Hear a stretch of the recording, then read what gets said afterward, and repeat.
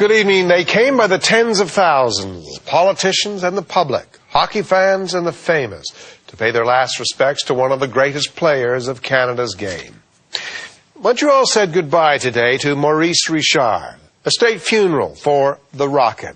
He'd been famous, even legendary, for more than half a century. Many were moved by his passing.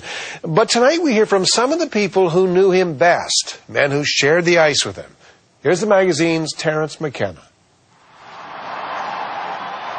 When Rocket Richard was playing hockey in the 50s, it became a Montreal tradition to come down to St. Catherine Street to witness the Stanley Cup Parade. Quebecers poured out their love for their team, and especially for their leader, Maurice Richard.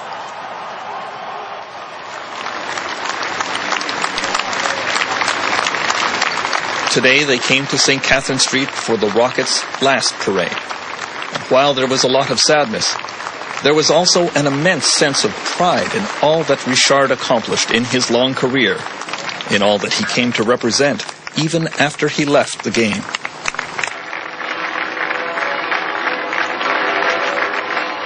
The honorary pallbearers who took the casket up the center aisle of Notre Dame Basilica included his closest friends from several generations of Montreal Canadiens. His younger brother Henri, Elmer Locke, Jean Béliveau, and Dickie Moore. The Archbishop of Montreal, Cardinal Jean-Claude Turcotte, spoke of the characteristics that the Rocket was most known for: his driving intensity, his determination to win, that look in his eyes. Quel regard! Quelle ardeur et quelle intensité dans ce regard! Des poètes ont dit que les yeux sont le miroir de l'âme. Dans le regard de Maurice, c'est tout Maurice que nous pouvions voir. Nous ne l'oublierons pas, ce regard. Paul Aquin, one of the Rockets' closest friends, was determined that all Canadians, not just Quebecers, could share in this moment of history. I also know that Maurice had many good English friends all around Canada. In your name, I will send a message to Maurice. In your name, I would say, Rocket, enjoy. Enjoy as much as you can. Et je dirais, en français, Maurice, jouis de cette paix, de ce repos éternel. Nous te le souhaitons tous de tout notre cœur. Merci.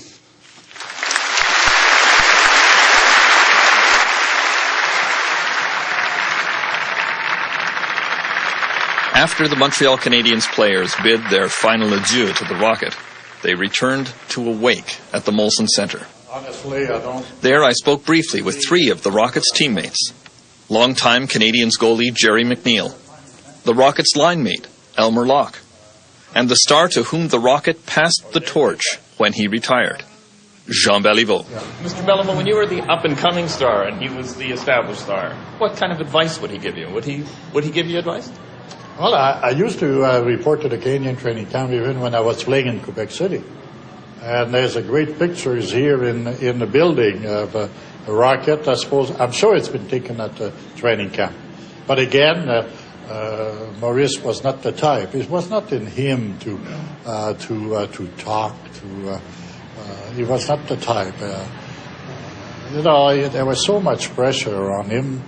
And by nature, he was an introvert guy, and it's difficult to have a man in any field who is an introvert to try to talk to everybody. So we understood how Rocket was. Like we always said, he was leading us on the ice, and that was the most important part of the group. He was leading by example. By example. That's it. And if you didn't follow, you felt quite bad. Mm-hmm. And he was a fine example. If you want to succeed in any career, in any trade, put a little passion in and work at it. And I think he was a great example for that. Would the players on the other team try to provoke him, try to get him going? Oh, yes. That was part of their game. Yeah. Oh, they were told before they're coming out, you get a hold of the Rocket and try and get him off his game, get him upset, you know. I think Lindsay had the worst. Lindsay and Leswick. Leswick. Tony Leswick. Oh. Lindsay. I mean, the language was bad. Yeah. What kind of things would they say to him? Well, they would call him a fraud. Name it, they have it. Just to get him going. Of course, the madder he got, the better he played.